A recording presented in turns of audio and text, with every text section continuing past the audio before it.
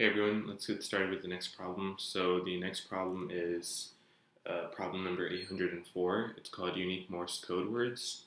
It has an acceptance rate of 71.5% and is considered an easy.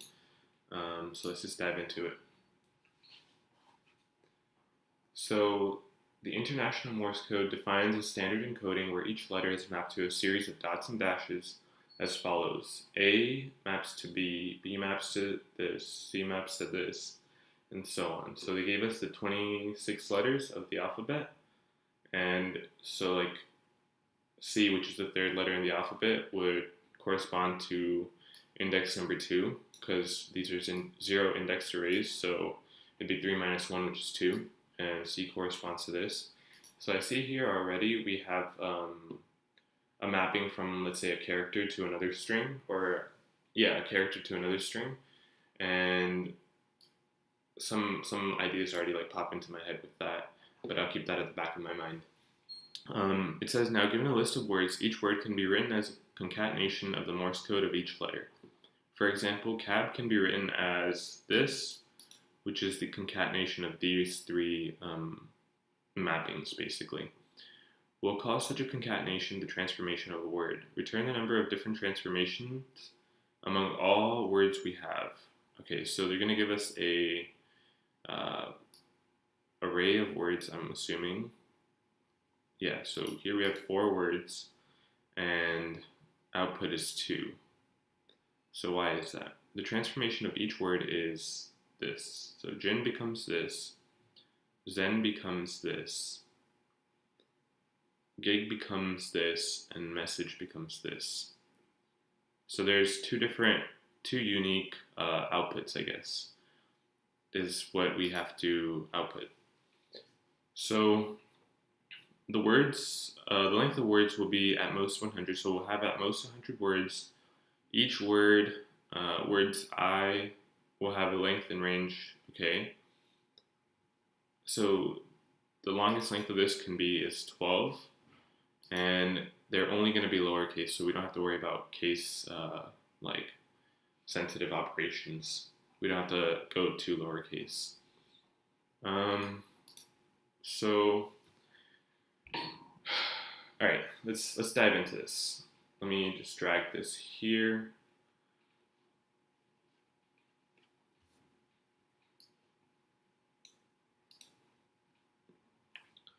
Just to get a better understanding of what the problem is.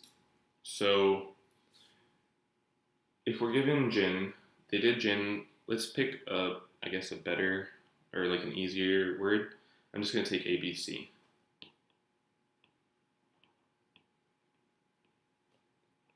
A, B, and C, the string. So this string, what we'd have to do is map it to what each of these characters map to, the concatenation of all of whatever A maps to, plus whatever B maps to, and then whatever C maps to.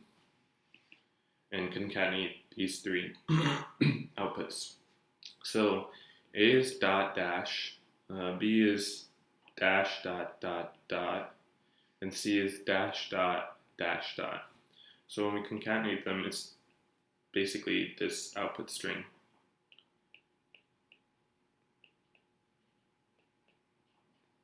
And that would be our output. And now if we had something else that also kind of creates this sequence of characters, we'd have to increment like a count, or like not count it again, basically, because it's not unique. So I feel like I have a good understanding of the problem. It's basically to map each of these strings, input strings, from the words array to the Morse code value, and then see how many unique Morse code values we got are. So moving on to the matching step, I talked about how the character A maps to a certain thing, B maps to a certain thing. We could use a hash map, but for our convenience, they actually gave us this thing, this array of what the characters map to, so we can actually just take this and copy and paste it in. And by doing that, we essentially create a map, because what A is going to be the first index, so we'll take whatever character minus lowercase a as a char. So as we're iterating through these strings, it'd be G minus A, which is a number, and that'll correspond to whatever letter G is in the alphabet. and that'll give us, we can do an access of this array using that, and it'll give us something like this, or whatever Morse code value it corresponds to. After that, I see we could take all the different Morse code values for each word, and then let's say store that in an array, and then towards the end we can either do like a brute force search of how many are similar and do a count of how many are unique, and that'd be like O of n squared time, because we're not doing anything special with it. We could go ahead and sort the array and then check for create a counter and only count unique values, but then that would be big O of n log n time because of the sorting factor.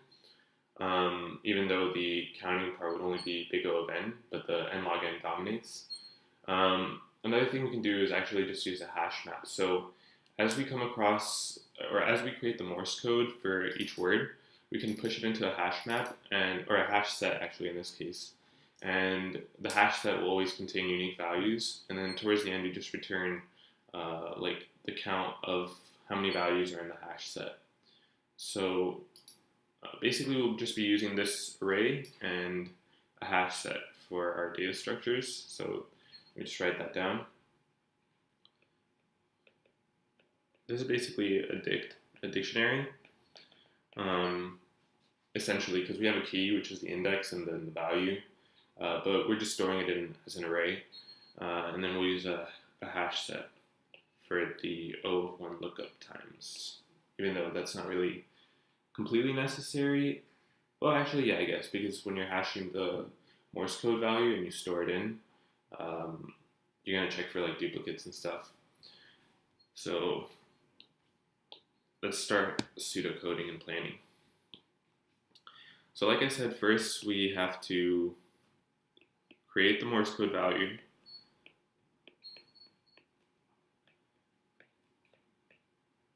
for each word.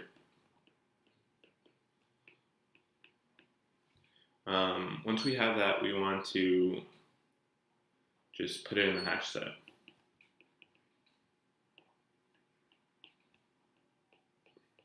And let me try making this bigger so it's easier to see for right now. That didn't work really. Whatever. So we put it in the hash set, and then at the end of all this, we just return the size of the hash set, because that's how many unique values we have.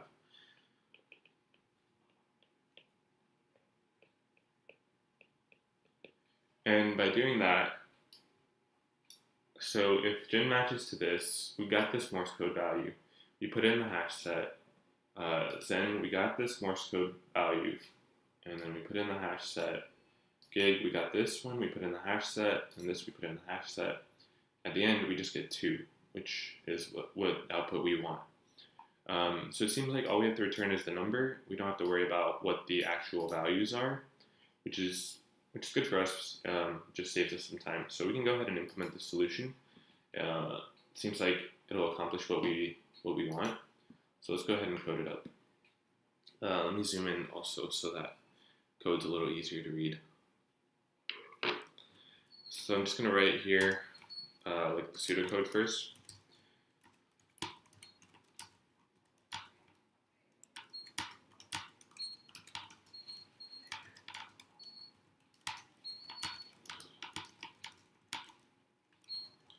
And then when we have that, just return size of hash set. So for right now, just add a placeholder, return -1. I'm going to assume we have a function called get Morse code value. So let's just say string. Well, we're actually going to iterate over the array. So let's go ahead and start coding it up for real. So we'll have a set called Morse code vals. And it'll be a set of type. It's a generic type, so it'll be string. We have to specify the generic type. Is equal to a new hash set. And then for every word in this string array of words. Let's just do the for each.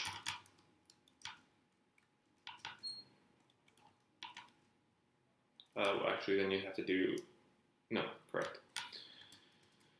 So let's just add the Morse code value for that word into this hash set, assuming we have a function that gives us this. So Morse code values.add, we'll add in get Morse code representation of, let's say, S. So assuming we have this function, it'll go ahead and put in the Morse code value into our set. And then after that, all we have to do is return Morse code vals.size, I believe it is. And that should give us our answer. So let's go ahead and implement this function. So it'll be returning a string because it's going to return the Morse code value, and it will take in as an argument a string S. We can call it a string word or whatever. We can be more precise with our argument and variable names, but for right now it's fine. So let's take this dictionary we basically had, and let's just put it here. So private, my key isn't working. Oh no, my keyboard died. All right, no problem. This one is more annoying, but we can just use this. Private string array is equal to this. And we just replace this with this. And let's make this a static type. And it's really ugly, but it's fine for right now. So we have this dictionary. We didn't give it a name. Private static string array. Morse code dictionary. Let's call it that. And then we'll say we have to iterate and do a lookup of what every character maps to. So, and concatenate that to a string. So one thing we want to keep in mind is that when we do, let's say if we create a string Morse, the lookup value basically, Morse code representation. If we did that, and then every single time we're going to concatenate something onto that. So if we did, let's say Morse code, I'm just going to copy paste this because that'll make my life easier. If we did this, and whatever the Morse code value is, what Java is doing is that it's going ahead and creating a new string because Java strings are actually immutable. So by doing that, we're actually wasting some space and time. And a better way to do this would be to create a string builder object, which is just an array of characters. So let's just have this string builder equal to, let's instantiate the object. And then for every word, we're going to do that, or every character, we're going to do that lookup. So for I is less than s dot length, and then I plus plus. So we're going to have a character C. We'll have the character C, but we want to, let's just take character C, be s dot char at I. And when we have that character, we want to get the Morse code value and add that to the string builder. So let's just go ahead and do that in one command, or one, command. Morse code representation that, I believe it's add or append. think it's append. What we'll do is the value at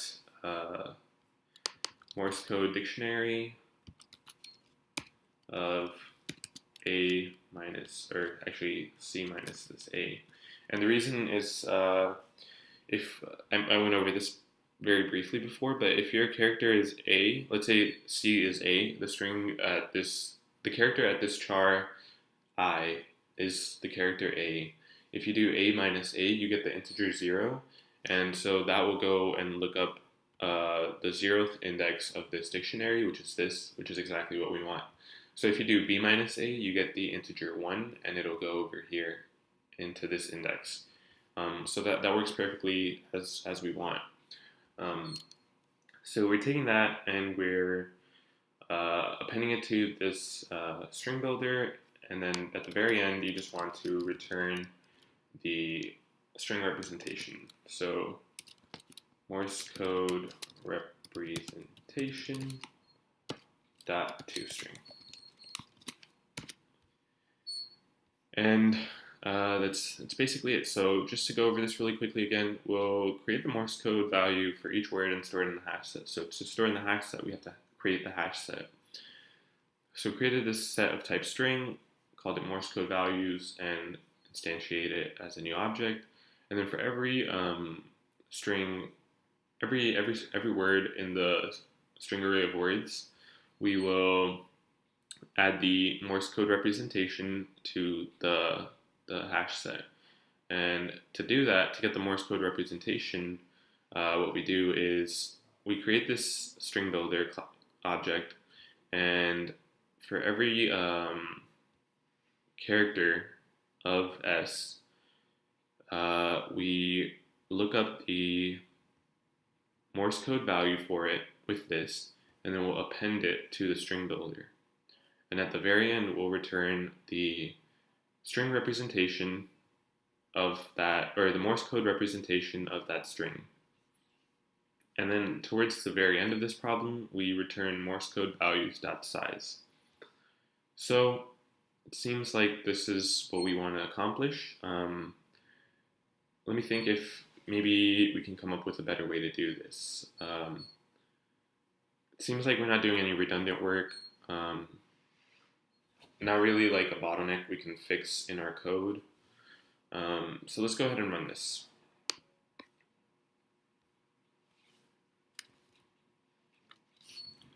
So we ran our code and we got the answer 2, and the expected answer was 2.